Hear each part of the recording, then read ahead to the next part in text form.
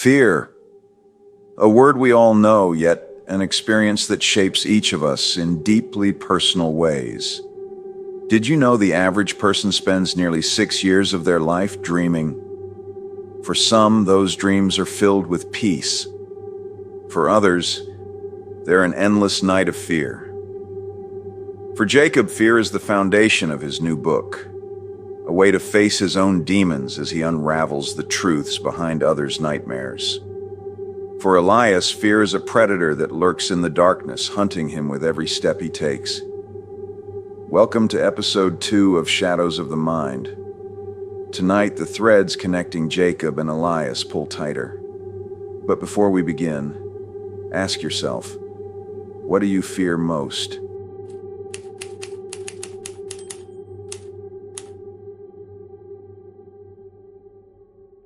Fear.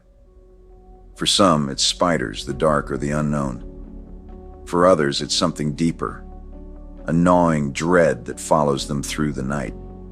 Fear consumes, transforms, and, if left unchecked, destroys.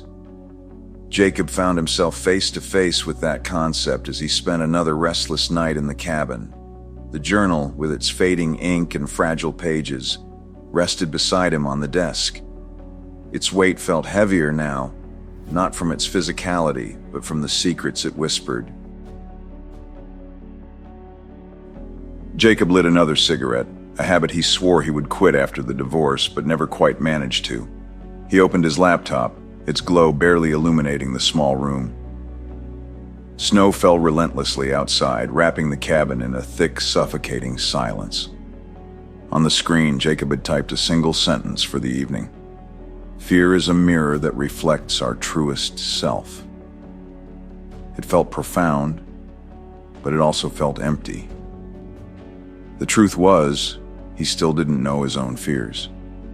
He thought writing this book would help him confront them, but all it had done so far was unearth questions he wasn't ready to answer. To distract himself, Jacob flipped to the next entry in the journal. Elias's story continued to unfold, and with every word, Jacob felt more drawn into the life of this enigmatic anti-hero. The ink on the page seemed to shimmer as he read, as if the diary itself had been waiting for this exact moment.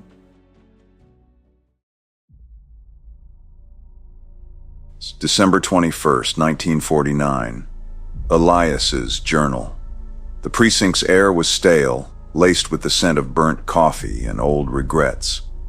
Elias sat at his desk, the leather of his jacket creaking as he leaned back in his chair. The badge in his pocket felt like a lie, a prop for a role he played but no longer believed in. "Got another one for you," Detective Yates called, slapping a manila folder onto Elias's desk. Yates didn't wait for a reply, just walked off with a shrug. Elias stared at the folder for a moment, reluctant to open it. Cases weren't what they used to be. These days, it was all drunks, petty thefts, or worse, nothing at all. But as soon as he flipped it open, the photograph inside made him sit up straight. A woman, early 30s, found in her apartment. Her face was frozen in an expression of terror, her eyes wide open as if she'd seen the devil himself. No signs of forced entry, no physical wounds. The coroner's note read, "Cause of death undetermined." Elias rubbed his temple, the faint thrum of a headache building behind his eyes. "Another one," he muttered. He'd seen 3 similar cases in the last month, all with the same haunting details. People dying in their homes, their faces contorted in fear, with no rational explanation. Jacob leaned back in his chair, the journal resting in his lap. He exhaled a plume of smoke, his mind racing. How could a cop like Elias, a man seemingly hardened by life, not only encounter something so bizarre, but also seem unfazed enough to document it like this? What was he missing? Jacob tapped out the cigarette, his fingers hovering over the keys of his laptop. He wanted to write about Elias, about the fearlessness or recklessness that drove him, but the words wouldn't come. Instead, his thoughts wandered to his own interviews. One of them stood out in particular, a man named Harold, who had shared an almost obsessive fear of being watched. Harold had been convinced that his own reflection was conspiring against him. He'd described waking up in the middle of the night, only to find his reflection still standing, staring back at him from the mirror. Jacob opened his notes, scrolling to Harold's transcript. As he read through the man's account, a chill ran down his spine. It wasn't just Harold's paranoia that unsettled him. It was how much he resonated with the fear of being exposed, of being seen for who he truly was. But then something else caught Jacob's eye. A word scribbled in the margins of his notebook. He didn't remember writing it, but there it was, clear as day. Watcher. December 22nd, 1949. Elias's journal. Elias stood outside the woman's apartment, his breath visible in the icy air. He could feel the weight of the case pressing down on him, heavier than his revolver. Inside the apartment was a snapshot of a life interrupted. The table was set for one, a cup of tea now cold and untouched. The Christmas lights blinked lazily on the tree, casting long, eerie shadows across the room. Something didn't sit right. Elias had seen death before, but this felt different. There was an energy in the room, a heaviness that pressed against his chest. He stepped closer to the mirror hanging in the hallway.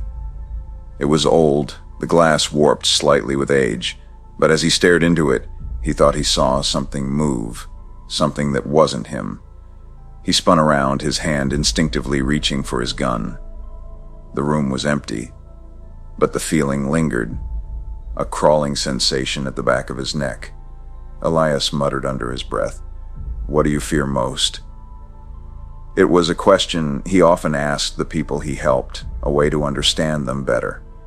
But tonight, the question felt like it was meant for him. Jacob froze as he read those words. What do you fear most? It was the same question he had asked every single interviewee. The coincidence, or was it more than that, made his skin crawl. He closed the journal, unable to read further. The snow outside had picked up, the wind howling against the cabin walls. Jacob poured himself a drink, his hands trembling slightly. He told himself it was just the cold, but deep down he knew better. As he stared out the window, the forest seemed darker than usual, the shadows deeper. And in the reflection of the glass, he thought he saw movement. Just for a second. When he turned around, nothing was there. Jacob sat down and opened the journal again, his pulse quickening as he flipped to the next entry. But before he could start reading, a loud knock echoed through the cabin. He froze, his heart pounding. The cabin was miles from civilization. Who could possibly be out there in a storm like this? Jacob hesitated, the silence stretching out as the knocking stopped. Finally, gathering courage, he opened the door. There was nothing but the howling wind and an envelope lying on the snow-covered porch. He picked it up, the paper cold and damp in his hands. The envelope bore no address, just his name scrawled in messy handwriting. Jacob tore it open, his breath hitching as he unfolded the single sheet of paper inside. Written in the same hand, 5 chilling words stared back at him. What do you fear most? As Jacob clutches the note, his connection to Elias's haunting journal deepens. Who sent the note? And what new horrors await Elias as he takes on another sinister case? Jacob has only begun to scratch the surface of the journal's chilling secrets. And Elias is uncovering a darkness that grows closer with every case he takes.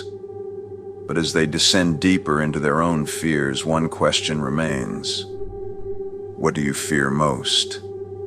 Stay with us for episode 3 of Shadows of the Mind. The shadows are just beginning to stir.